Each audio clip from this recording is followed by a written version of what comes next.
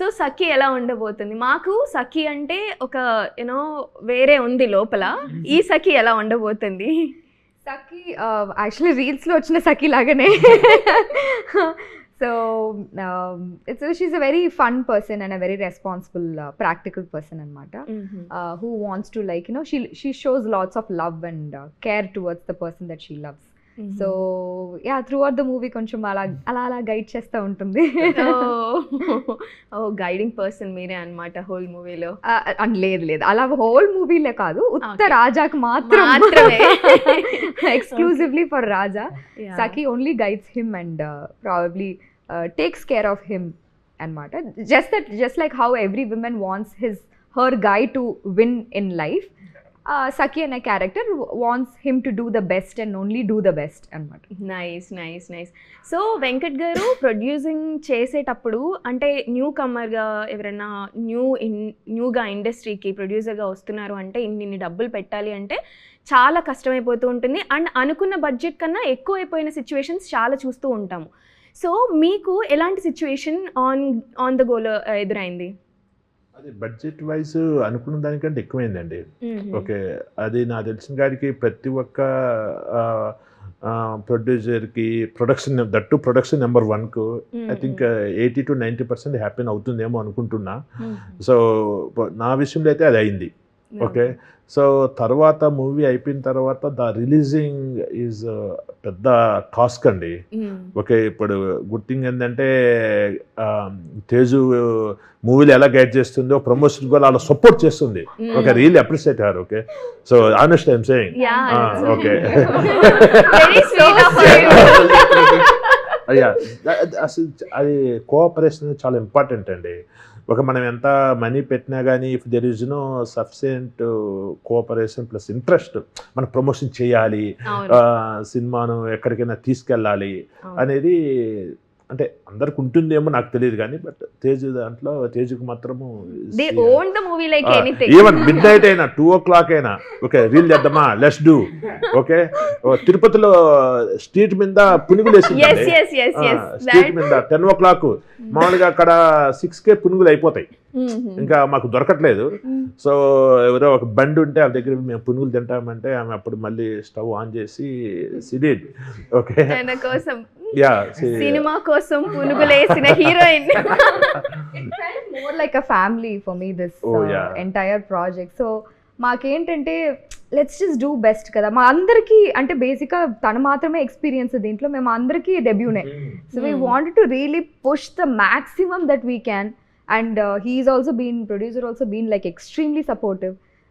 So we all came together. Ante as a team, if we don't come together, then there's no point kada. If inta manam chesi inta waste అయిపోతుంది, story ki undi anni chesin tarvata ee last la promotions ane matter, if you act as a family, people will feel as a family. They've done as a family, why don't we go watch it ane oka feel ఇవ్వాలని కోరుకున్నాం. I guess it worked. Yeah. So ట్రైలర్లో కూడా చాలా బాగా అనిపించింది, ఆ quality బాగుంది. తర్వాత ఏదో జరగబోతుంది, యూజువల్గా కజిన్స్ మధ్య ఏదో గొడవలు ఉంటాయి, వాడు నచ్చడు మనకి, ఆ టోన్లో అంతే అనిపించింది. సో మీ క్యారెక్టర్ మొత్తం ఒక పోకిరి అనుకోవచ్చా? 100%. సో ఒక ఏమి పట్టించుకోకుండా అలా ఉండే తనకి ఒక ఫాదర్ రాజీవ్ కనకాల లాంటి ఒక రెస్పాన్సిబుల్ పర్సన్ అయింది అనుకుంటా కదా కొట్టు, మిమ్మల్ని ఫోర్స్ చేస్తున్నారా చూసుకోమని? అంటే యాక్చువల్లీ ఒక లెగసీ డ్రామా అండి. Basically it runs on 2 perspectives, where ఫాదర్కి బేసిక్గా అది ఎలా అంటే ఫ్యామిలీలో పాసెస్ ఆన్ అవుతూ వస్తున్న ఒక cafe that father is taking care of. And Kodukki basically, I mean, he is not somebody who wants to continue doing that. He wants to go out of this and do something else. And iddari point of views, it's right to have that opinion. And maybe a legacy continue cheyalankodam is very good. And at the same time, to do something on their own and grow outside of that, adi kuda tappu ledu. So ఇలాంటి conflicting ideologies ఉన్నప్పుడు how they come to a common conclusion together is the crux of the film basically. అదే మాకు కూడా curious point. మీకు ఆయన చెప్పే డైరెక్షన్లో వెళ్ళకుండా మీ ఓన్ డైరెక్షన్కి వెళ్ళాలని ఉంటుంది కదా, ఆ డైరెక్షన్ ఏంటి? సో దాంట్లో ఇందాక ట్రైలర్లో కూడా చూపించినట్టు, so this guy wants to basically leave everything and go to the US, ఒక లగ్జరీ లైఫ్ ఉంటుంది అనే ఒక మైండ్ సెట్లో ఉంటాడు. అండ్ ఇక్కడ there is no antagonist as such, ఇప్పుడు వచ్చి ఇంపోజింగ్ యాంటాగనిస్ట్ ఎక్కడ లేరండి ఫిల్మ్లో. The situations itself turn out to be that వే.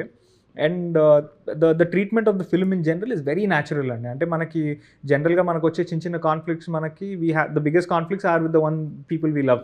జనరల్గా మనం వాళ్ళకి ఏదైనా చెప్పాలంటే హెసిటేట్ చేస్తాం, వాళ్ళు ఎక్కడైనా హర్ట్ అవుతారేమో అని చెప్పి. సో అలాంటి న్యాచురల్ కాన్ఫ్లిక్ట్స్ ఉన్న ఒక వరల్డ్లో సెట్ అయిన స్టోరీనేనండి.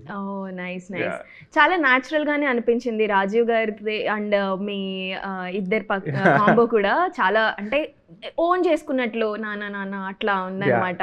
ఎలా ఉంది రాజీవ్ గారితో వర్కింగ్? అది బ్యూటిఫుల్ అండి. అంటే he's such a natural actor and ఆయన వల్ల నా పర్ఫార్మెన్స్ ఇంకా ఎన్హాన్స్ అయింది అనిపించింది. Because of the small pauses that he takes, ఆ చిన్న చిన్న పాజెస్లో మన రియాక్షన్స్ కానీ ఇవి కానీ it enhance my performance as a whole. And to the film I feel he's one of the biggest assets అండి. బికాస్ ఆయన చుట్టూతోనే కథ తిరుగుతుంది, ఆయన క్యారెక్టర్ డ్రైవ్ తోనే బేసిక్గా ఎంటైర్ ప్లాట్ అంతా చేంజ్ అవుతుంది.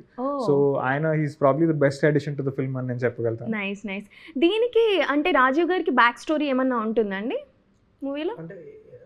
అంటే తనకి హిస్టరీ ఏమన్నా ఉంటుందా? అంటే లెగసీ అనే ఒక టాపిక్ ఉంది కదండి, సో అది క్యారీ ఫార్వర్డ్ అవుతూ ఉంటుంది. సో అంటే అది ఏంటనేది చూస్తే తెలుస్తుంది. అంతే సాఫ్ట్ గా మేము కూడా చూస్తాం. అండ్ మోర్ ఓవర్ ఎంత జరిగినా, ఎంత ఎక్స్టెంట్కి వెళ్ళినా, ఎన్ని మాటలు అనుకున్నా, ఎన్ని గొడవలైనా పేరెంట్స్ ఎప్పుడూ శత్రువులు అవ్వరు కదా. ఆ పాయింట్ ఆఫ్ వ్యూలో కూడా నాకు బాగా కనిపించింది. మీరు అదే పాయింట్ చూపించారా, లేకపోతే నేను తప్పుగా అర్థం చేసుకున్నాను? అంతే అండి, అలాంటి బేసిస్లోనే వెళ్తుంది. అంటే మనం ఎంత అంటే డిస్కషన్స్ అనేది వస్తూ ఉంటాయి, అది ఆ మూమెంట్ వరకే ఉంటుంది. అంటే ఇక్కడ ఏజ్ ఫ్యాక్టర్ ఒకటి ఉంటుందండి. అంటే ఇప్పుడు ఒక 25 years అతను మాట్లాడేది ఒకలా ఉంటుంది, ఒక 50 years మాట్లాడే అతను ఒకలా ఉంటుంది. ఈ 25 years దాంట్లో ఎలా ఉంటుంది అంటే స్టెబిలిటీ ఉండదు. అంటే ఏది పడితే అది మాట్లాడేస్తాడు, మళ్ళీ దాని తర్వాత హట్ అయిపోతారు. సో అది వాళ్ళు చాలా పాజిటివ్గా తీసుకుంటారు కొన్ని చోట్ల. అదే ఏజ్ డిఫరెన్స్ అనేది డెఫినెట్లీ ఉంటుంది. సో అలాంటి కుర్రోడు ఏం చేసాడు అనేది ఒక జోల్ట్ తగులుతుంది కదా బేసిక్గా. సో ఏం చేసాడు అనేది. ఓకే, చాలా క్యారెక్టర్స్ ఇన్వాల్వ్ అయినట్లు కనిపించింది. అంటే రాజ్ రెడ్డి కానీ, తర్వాత ఆయన బ్యాక్డ్రాప్ అంటే కాలేజ్కి సంబంధించి అది షూట్ చేశారు కదా, కాలేజ్ ఏదో వచ్చింది, కాలేజ్ ఎపిసోడ్ ఏదో వచ్చింది. సో అక్కడ నుంచి చూపించారు కాబట్టి నేను అనుకుంటున్నా బ్యాక్ స్టోరీ ఉందని చెప్పేసి. Yes, okay nice. అయితే చాలా ఉండబోతుంది ఈ మూవీలో అని. సో సక్సెస్ పార్టీ ఎక్కడ మాకు నవాబ్ కెఫేలో ఇస్తారా, లేకపోతే ఎక్కడికి తీసుకెళ్తారు? చాయ్ మాత్రమే ఇస్తారా? ఇంకో సెట్ వేసి నవాబ్ మళ్ళీ కెఫే వేసి అక్కడ సక్సెస్ పార్టీ. అవునా? నైస్. మేము చాలా వెయిట్ చేస్తున్నాము, ఎందుకంటే డిఫరెంట్ సక్సెస్ మీట్లు జరుగుతాయి కదా, నవాబ్ కెఫే అని పెట్టారు కాబట్టి ఓకే మంచి చాయ్ ఉంటుంది అని చెప్పి.